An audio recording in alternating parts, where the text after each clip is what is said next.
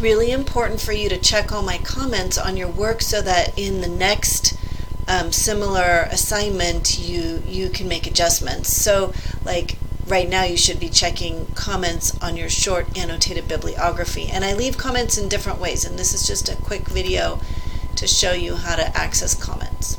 So I clicked on grades. I'm using SA2 to illustrate. Viel said I could use her essay, that I could submit her essay to show you. Okay, so you saw I just clicked on that view feedback button. Now I'm going to click on this little double arrow, and I can see all the comments that were left. I leave a lot of comments usually, and those comments are going to go right to the heart of kind of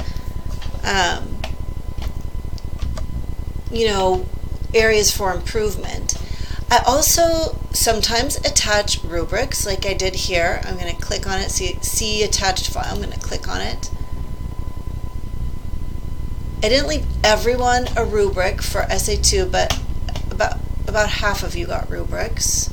Okay, and that gives you information. Sometimes there's a rubric within Canvas too.